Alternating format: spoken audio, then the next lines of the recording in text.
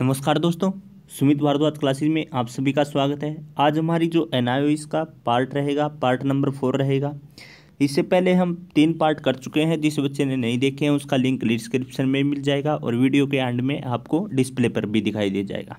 तो चलिए शुरू करते हैं। आज सबसे पहला क्वेश्चन है कि अधिगम का अर्थ क्या होता है। तो अधिगम का अर्थ क्या होता है? सीखना होता है। तो बी इसका राइट आंसर रहेगा। उससे आगे, सभी व्यक्तियों में अधिगम की गति एक समान होती है, हाँ या नहीं? तो एक समान नहीं होती वही सभी में, बी इसका राइट रहेगा। अनुकरणीय जो व्यवहार है उसमें कितनी श्रेणियां होती हैं टोटल? उसके अंतर्गत कितनी होती हैं? 3 श्रेणियां होती हैं। दमनात्मक प्रभाव का संबंध किससे है? तो भ्रष्ट व्यवहार के प्रतिबंध से क्या है? दमनात्मक का संबंध है। तो इसका राइट आंसर रहेगा। फिर नेक्स्ट आता है कि बताइए जो थोरनडाइक ने निम्न में से किन नियमों का विकास किया? तो थोरनडाइक ने भाई अभ्यास का नियम भी दिया है, प्रभाव का भी दिया है, तत्परता का भी दिया है। तो इन सभी का किया है। तो डी इसका राइट आंसर आ जाएगा। खोज अधिगम के जन्मदाता कौन माने जाते हैं? तो ब्रूनर खोज अधिगम के जन्मदाता माने जाते हैं। जो सक्रिय अनुकूलन का प्रयोग किन किन जंतुओं पर किया गया है? तो चूहा और कबूतर पर किया गया है। जो संख्याओं का समझना किस संज्ञानात्मक विकास से संबंधित है? स्थूल सक्रिय काल से संबंधित है। तो बी इसका राइट आंसर रहेगा। फिर आता है कि बताइए आगरा किस नदी के किनारे बसा हुआ है? तो यमुना नदी के किनारे आगरा बसा हुआ है। जो वाइगोत्सी हैं वे कहाँ के रहने वाले हैं? रशियन वाइगोत्सी हैं। ठीक है। समाज रचनावाद से प्रभावित संज्ञानात्मक विकास पर किस मनोवैज्ञानिक ने कार्य किया है? तो वाइगोत्सी ने किया है भाई। तो इसका ये राइट आंसर रहेगा। फिर आता है नेक्स्ट क्वेश्चन कि विद्यार्थी अनुकूलन विधियों से संबंधित है। तो कौन सी विधि से विद्यार्थी संबंधित है? खेल से भी है, अन्वेषण से भी है, प्रोजेक्ट से भी है। तो इन सभी से है। तो डी इसका राइट आंसर आ जाएगा। फिर आता है कि बताइए अनुदेशात्मक जो विधि है उसका संबंध किससे है? अनुदेशात्मक जो विधि है उसका संबंध प्रदर्शन विधि से है। फिर देखिए चित्र चार्ट मॉडल प्रयोगों का उपयोग किस विधि में किया जाता है?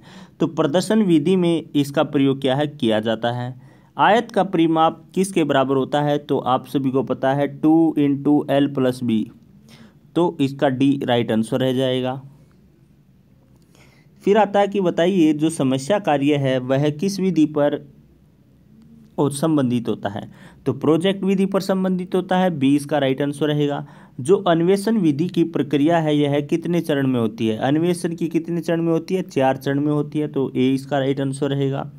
मूर्त से अमूर्त की ओर अग्रसर होता है किसके अंतर्गत होता है? आगमन के अंतर्गत होता है। अमूर्त से मूर्त की ओर किसके अंतर्गत होता है? निगमन के अंतर्गत होता है। ठीक है। तो फिर आता है जहाँ पर विद्यार्थी वैज्ञानिक कारणों का पता लगाते हैं वहाँ पर किस चीज़ का प्रयोग किया जाता है? अन्वेषण विधि के द्वारा प्रयोग किया जाता है। कक्षा में क्रियाकलाप आयोजन से संबंधित एक पीरियड सामान्यतः कितने मिनट का होता है? तो 40 से 45 मिनट का क्या है? एक पीरियड होता है, मतलब कि एक क्लास होती है। तो 7 प्रकार से जो बुद्धिमत्ता का विवरण है किसने प्रस्तुत किया है? तो गार्डनर ने किया है 7 प्रकार का, या फिर 7 सिद्धांत दी हम ये भी बोल सकते हैं। वर्तमान में पूछे तो 9। ठीक है।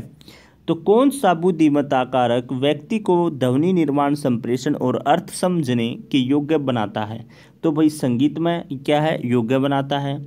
चिंतनात्मक दृष्टि से समझने की क्षमता का विकास किसके अंतर्गत होता है? अंत व्यक्ति के अंतर्गत होता है चिंतनात्मक से। तो सी जो है इसका राइट आंसर रहेगा।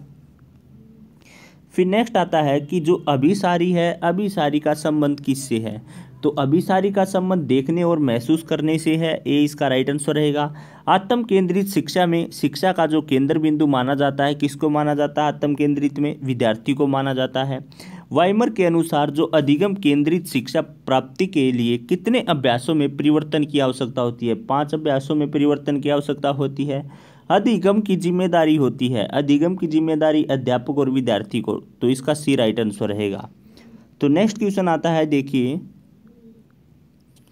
नेक्स्ट क्वेश्चन है सहकारी अधिगम के द्वारा शिक्षार्थी में वृद्धि होती है। तो किस चीज़ में वृद्धि होती है? तो बताइए।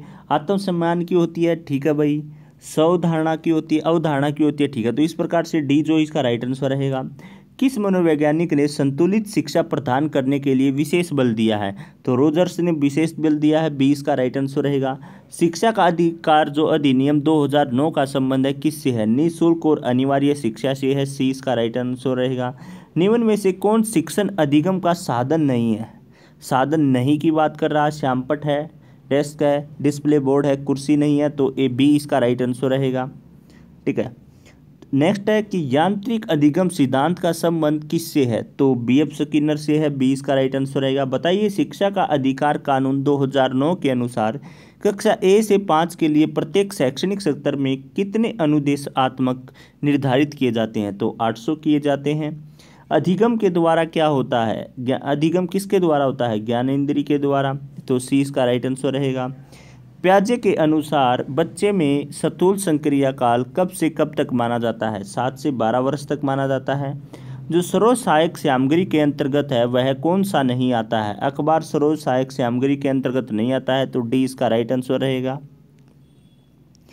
जो टेलीविजन है, टेलीविजन कौन सा सहायक सामग्री है? तो दर्शक सर्व सामग्री है टेलीविजन। मानव में ज्ञानेंद्रियाँ कितनी होती हैं? 5 होती है मानव के अंतर्गत ज्ञानेंद्रियाँ।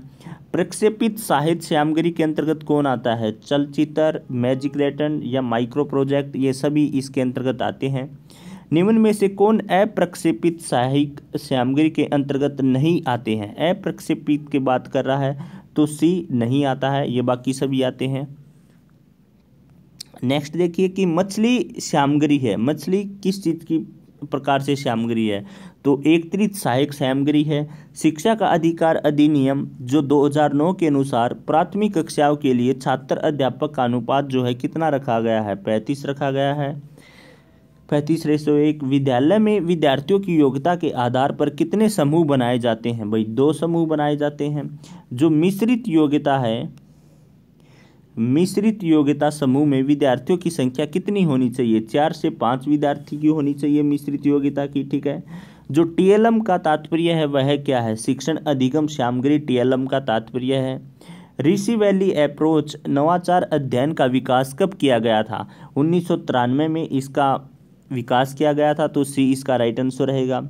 फिर आता है ऋषि वैली अप्रोच जो नवाचार अध्ययन का संबंध है यह किस राज्य से संबंधित रखता है? तो आंध्र प्रदेश से यह संबंधित रखता है। ठीक है, फिर आता है एमजीएस। एमजीएस का जो तात्पर्य है वह क्या है? बहुकक्षा स्थिति जो है एमजीएस का तात्पर्य है। तो इस प्रकार से हमने आज इस पार्ट में 50 क्वेश्चन कर लिए हैं। इससे पहले हमने 3 पार्ट कर रखे हैं, वो आप देख सकते हैं, आपको डिस्प्ले पर दिखाई भी दे गए होंगे। तो थैंक यू स्टूडेंट, मिलते हैं नेक्स्ट वीडियो में।